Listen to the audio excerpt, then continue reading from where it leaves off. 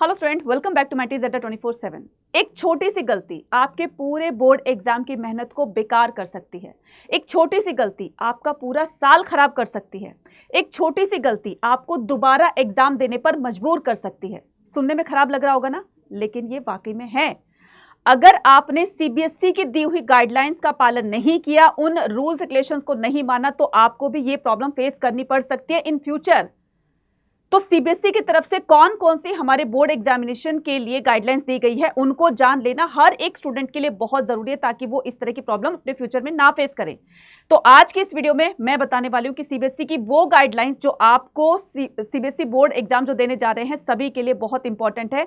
अगर आपने इन गाइडलाइंस को जरा सा भी नजरअंदाज किया, जरा सा भी आपने इग्नोर किया, तो छोटी सी गलती पड़ सकती है भारी। तो मैं वो सारी गाइडलाइंस आपको बताने वाले जो सीबीएसई की तरफ से स्टूडेंट को बताई गई हैं। ठीक है, तो बिना किसी देरी के क्या करते हैं, हम सारी चीजों को जान लेते हैं। CBSE 2026 board exam guidelines. ठीक है, फर्स्ट गाइडलाइन ये है कि सीबीएसई ने आपकी जो 75% जो अटेंडेंस मैंडेटरी की है, जो बच्चा इस 75% अटेंडेंस की मैंडेटरी से नीचे रहता है तो उसको एग्जामिनेशन में नहीं बैठने दिया जाएगा। इसलिए अपनी जो आपकी अटेंडेंस है उसको 75% रखिए। ऊपर चली जाती है तो बहुत अच्छी बात है, लेकिन नीचे नहीं जानी चाहिए। ठीक है, उसके बाद हाँ 25% उन स्टूडेंट्स को रिलैक्सेशन दी गई है जिनकी कोई जेन्युइन प्रॉब्लम है। ठीक है, वो अपना कोई भी मेडिकल सर्टिफिकेट दिखाएंगे, कोई भी ऐसा ऑथेंटिक प्रूफ दिखाएंगे जिसकी वजह से जो सीबीएसई है उनको 25% की रिलैक्सेशन दे सकती है। ठीक है, अब गाइडलाइन नंबर 2 पर क्या करेंगे, वो बात करेंगे जो वाकई में बहुत बहुत ज्यादा इंपॉर्टेंट है। क्लास 10th के लिए अब से 2 एग्जाम स्टार्ट कर दिए हैं। ठीक है, बोर्ड एग्जाम उनके 2 बार होंगे। ठीक है, इस साल से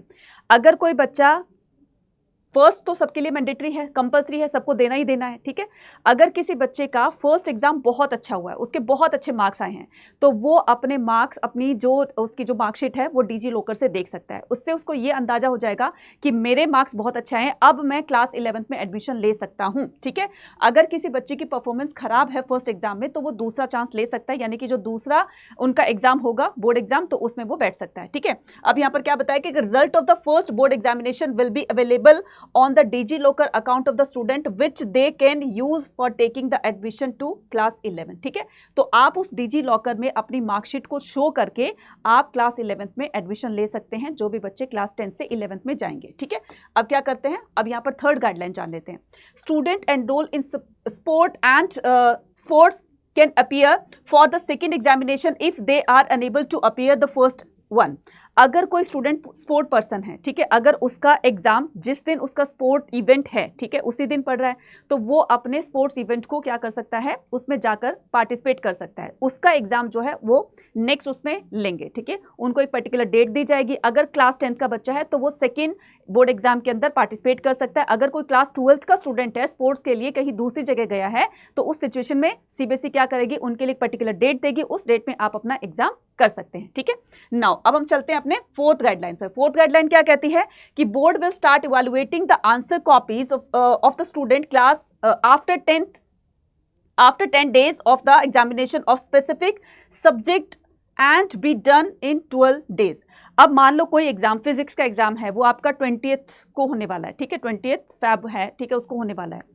अब उसके बाद में 10 days आफ्टर जो है वो आपकी आंसर शीट की वैल्यूएशन स्टार्ट हो जाएगी। ठीक है, टारगेट किया जा रहा है कि 12 दिन के अंदर अंदर सभी चीज़ों को रैप अप कर दें। ठीक है, तो ऐसा किया जा रहा है कि इस बार आपका रिजल्ट का जो प्रोसेस होगा वो भी बहुत जल्दी कर लिया जाएगा, क्योंकि हर साल जो है वो डिले होता रहता है। तो सीबीएसई ने ये जो पहले डेट शीट जारी कर दी है, तो इसलिए कि ताकि बच्चा जो है ठीक से अपनी प्रिपरेशन कर सके, स्कूल टीचर जो है टाइम से अपना सिलेबस कवर करा सके और बच्चे अपने ठीक से रिविजन और प्रैक्टिस कर सके। राइट, इसीलिए ये सारी चीज़ें पहले से ही करके रखेंगे, ताकि सभी जो भी उनकी एक्टिविटीज है बोर्ड्स को लेकर के सभी को टाइम से वो अनाउंस कर सके और सभी चीजों को टाइमली वो सम अप कर सके। राइट, तो इसके लिए अभी आपको क्या करना है, क्लास 12th के स्टूडेंट को, जो भी 10th के हैं 12th के हैं, तो अच्छी तरीके से अपनी प्रिपरेशन करते रहना है। ठीक है, अभी बिल्कुल कोई टेंशन नहीं लेनी है। जैसे कोई फाइनल कुछ भी अपडेट आएगा, ठीक है, तो हम इसको सबसे पहले इसी चैनल पर आपको बताएंगे। ठीक है, अब जो क्लास 12th के स्टूडेंट है तो उनके लिए मेरी एक एडवाइस है कि अगर आप क्लास 12th प्लस अपने सीयूटी एग्जाम में अच्छा स्कोर करना चाहते हैं तो आप हमारे प्रीमियम बैचेस को ज्वाइन कर सकते हैं। ये है प्रीमियम बैचेस। इस पर मैक्सिमम डिस्काउंट पाने के लिए और एनरोल करने के लिए Y489 कूपन कोड यूज कीजिएगा, जो कि आपको अड्डा 24/7 की ऐप पर आपको इजीली अवेलेबल हो जाएगा। ठीक है, तो आपको क्या करना है, इसके लिए अड्डा 24/7 की एप्लीकेशन को डाउनलोड करना है। वहां पर आपको सारी चीजें अवेलेबल हो जाएगी, चाहे वो आप कोई ई बुक ले रहे हो, चाहे वो आप कोई बैच ले रहे हो, चाहे वो आप कोई भी PYQs वाली किट ले रहे हो, ठीक है, तो यहाँ पर UG PG एंट्रेंस एग्जाम है, और यहाँ पर अगर आप क्लास 12th की प्रिपरेशन करना चाहते हैं तो उसके लिए क्लास 12th बोर्ड एग्जाम है, ठीक है। यहाँ पर है आपका लक्ष्य 3.0 बैच, ठीक है। यहाँ पर क्या करेंगे आप, इस पर बाय नाउ पर जाओगे और यहाँ पर करोगे आप क्या, Y489 कूपन कोड लगाओगे, इस कूपन कोड से आप एनरोल भी हो जाओगे और मैक्सिमम डिस्काउंट भी पा सकोगे, ठीक है। Y489 किया एंटर और आपके बोर्ड एग्जाम की टेंशन यहाँ पर बिल्कुल खत्म। अच्छी तरीके से प्रिपरेशन करना और बहुत अच्छे मार्क्स लेकर आना। All the very best, thank you.